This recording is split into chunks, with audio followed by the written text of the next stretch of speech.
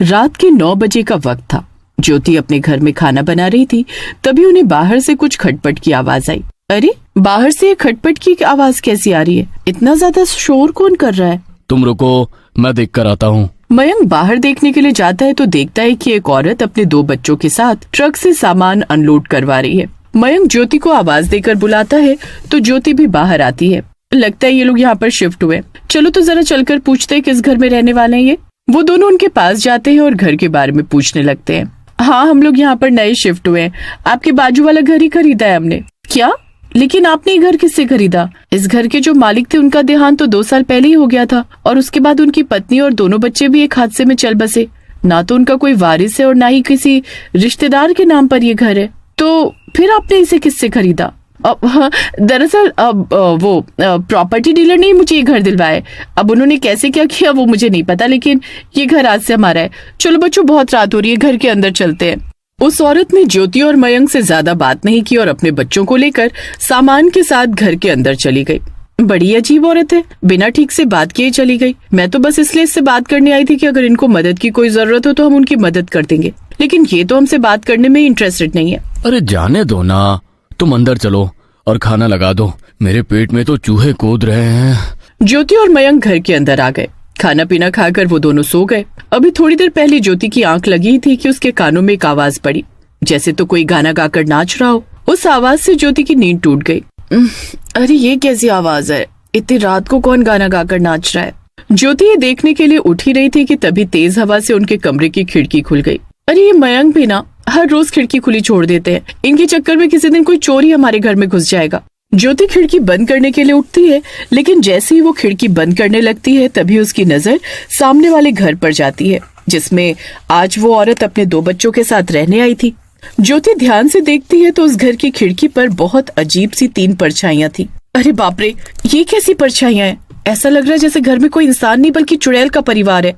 अरे ज्योति, इतनी रात को तुम खिड़की के पास क्या कर रही हो? नींद में चलने की बीमारी हो गई है क्या तुम्हें? अरे आप कब जाग गए? आपने तो मुझे डरा ही दिया। आपने खिड़की खुली छोड़ दी थी तो हवा की वजह से खुल गई, वही बंद कर रही थी। लेकिन उनके घर में तो देखो, ऐसा लग रहा है जैसे घर में इंसान नहीं बल्कि चुड़ैल है। कैसी अजीब सी परछाई इन लोगों की, और इतनी रात को गाना गा गा कर नाच रहे हैं। क्या? मयंक खिड़की के पास आता है, लेकिन जैसे ही वो उनके घर की तरफ देखता है तो घर की लाइट्स बंद थी। लाइट बंद होने के कारण वहाँ कोई परछाई भी नहीं थी और ना ही वहाँ पर अब गाना गाने की आवाज आ रही थी और ना ही किसी के नाचने का शोर सुनाई दे रहा था। अरे यार, कुछ भी तो नहीं है यहाँ पर। खामखा अपनी नींद भी खराब कर रही हो और मेरी भी। मैं खिड़की बंद कर देता हूँ, तुम सोने जाओ। अरे लेकिन मैं सच कह रही हूँ। प्लीज ज्योति, तुम सोने जाओ। ज्योति के पैरों तले से जमीन खिसक गई कि अभी 1 मिनट पहले तक जो उसने देखा वो अचानक उसकी आंखों के सामने से गायब कैसे हो गया। वो घबराई हुई आकर वापस अपने बिस्तर पर लेट गई और उसे फिर से वही गाने और नाचने की आवाज सुनाई देने लगी। अब तो मुझे पक्का लगता है कि उस घर में भूत रहने के लिए आए हैं। अब मैं उठकर नहीं जाऊंगी। अगर उन्होंने मुझे पकड़ लिया तो मेरा तो खेल ही खत्म कर देंगे। चुपचाप सोई जाती हूँ। ज्योति घबरा कर सो जाती है, लेकिन सुबह जब उसकी आंख खुलती है तो मोहल्ले में बहुत शोर हो रहा था। अरे बाहर इतना शोर किस बात का हो रहा है? अरे वो बगल वाले माथुर साहब थे ना, कल रात को उनका देहांत हो गया। ऐसा लगता है जैसे किसी ने गला दबाकर मार डाला, लेकिन उनके घर में तो कोई था भी नहीं और सब दरवाजे भी अंदर से बंद थे। क्या? कहीं हमारे मोहल्ले में कोई लुटेरा तो नहीं घूम रहा? क्या पता चोरी करने के इरादे से घर में घुसा हो और माथुर साहब ने उसे देख लिया हो तो उसने उन्हें मार डाला हो। पता नहीं, अभी कुछ कह नहीं सकते। घर में से कुछ चोरी नहीं हुआ, लेकिन तुम घर के खिड़की दरवाजे बंद रखना और कोई भी अनजान आए तो दरवाजा मत खोलना। अच्छा ठीक है। मयंक ऑफिस के लिए निकल गया। ज्योति उसे गेट तक छोड़ने आई तो उसका ध्यान बाहर गया। उसने देखा कि जो औरत माया कल वहाँ उनके बगल वाले घर में रहने आई थी, उसके चेहरे पर एक अजीब सी मुस्कुराहट थी, जैसे तो वो मिस्टर माथुर की मौत से बहुत ही खुश थी। यहाँ पर मोहल्ले के सब लोग मिस्टर माथुर की मौत की खबर से इतने परेशान हैं और ये है कि खुश हो रही है। कहीं इसी ने तो मिस्टर माथुर को नहीं मारा? ज्योति का इतना कहना ही था कि तभी वो औरत हंसती हुई ज्योति इतनी बुरी तरह डर गई कि सीधी घर के अंदर भाग गई। रात को सोते हुए उसे फिर से बाहर से कुछ खटपट की आवाज आई। उसने आज भी खिड़की पर जाकर देखा तो सामने का नजारा देखकर उसके होश उड़ गए। अरे इस घर में तो वो नई औरत रहने के लिए आई थी, लेकिन यहाँ से ये चुड़ैल कैसे निकल रही है और ये माथुर साहब के भाई के घर में क्यों जा रही है? वो चुड़ैल माया के घर से निकलकर माथुर साहब के भाई के घर में जा रही थी। तभी ज्योति ने देखा कि उसके पीछे पीछे 2 भूतिया बच्चे भी माथुर साहब के भाई के घर में घुस गए। ये देखकर ज्योति इतना ज्यादा डर गई कि वो वहीं पर बेहोश होकर गिर गई और उसके गिरने की आवाज से मयंक की आंख खुल गई। ज्योति, ज्योति, अरे तुम्हें क्या हो गया? मयंक ने ज्योति को गोद में उठाकर बिस्तर पर लिटाया और उसके चेहरे पर पानी छिड़का तो ज्योति होश में आई। अरे क्या हो गया था तुम्हें? तुम अचानक बेहोश होकर कैसे गिर गई? और तुम इतनी रात गए खिड़की पर क्या कर रही थी?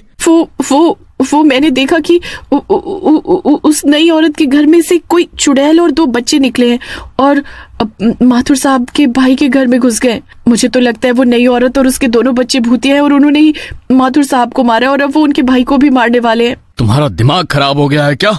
एक तो पता नहीं आधी रात को जागकर खिड़की के पास तुम करने क्या जाती हो और अब कैसी कैसी बातें कर रही हो। मुझे तो लगता है कि तुम्हें किसी डॉक्टर की जरूरत है। अगर आपको मेरी बात पर भरोसा नहीं है ना तो माथुर साहब के भाई के घर पर चलकर देखिए, वो वहीं पर है और मुझे यकीन है कि वो उन्हें वहां पर मारने के लिए गई है। ज्योति की बात सुनकर मयंक भी माथुर साहब के भाई के घर जाने के लिए तैयार हो गया।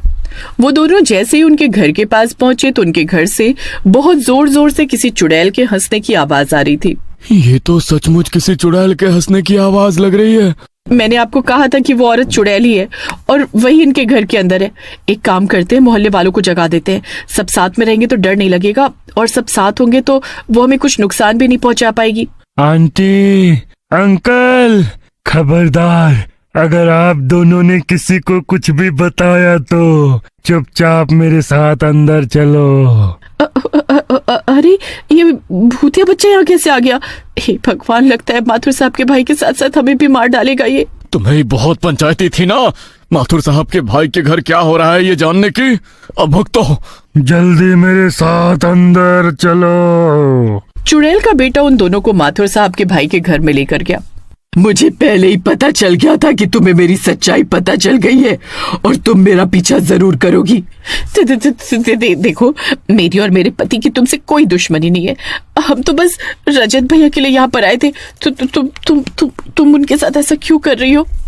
जो जैसा कर्म करेगा उसे फल भी तो वैसा मिलेगा ना। मैं तो बस इसे इसके कर्मों का फल दे रही हूँ। अरे लेकिन मैंने तुम्हारा क्या बिगाड़ा है? तुम क्यों मुझे मारना चाहती हो? लगता है तुम भूल गए कि मैं कौन हूँ।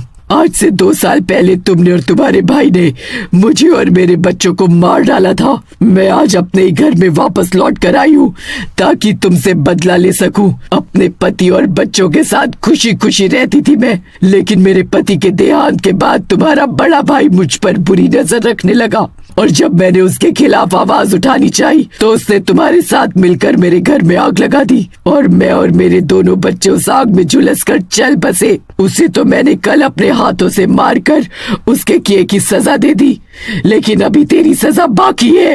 देखो, मैं तुमसे हाथ जोड़कर माफी मांगता हूँ। मुझे माफ कर दो, मुझसे बहुत बड़ी गलती हो गई। मयंक भैया, ज्योति भाभी, प्लीज मुझे बचा लो। तुमने और तुम्हारे भाई ने जो काले कर्म किए वो माफी के लायक तो बिल्कुल भी नहीं है, इसलिए तुम्हारे साथ जो हो रहा है बिल्कुल ठीक हो रहा है। चुड़ैल बहन, हम तुम्हारे साथ हैं। चुड़ैल और उसके दोनों बच्चे ज्योति और मयंक की ओर देखकर मुस्कुराते हैं। ज्योति मयंक के साथ वहां से वापस अपने घर आ जाती है और घर में घुसते ही उन्हें माथुर साहब के भाई रजत के चीखने की आवाज सुनाई देती है। चुड़ैल ने उन दोनों को मारकर अपना इंसाफ कर लिया था, इसलिए वो उसी रात वहां से अपने बच्चों को लेकर चली जाती है और फिर कभी वहां किसी चुड़ैल का साया नहीं मंडराता।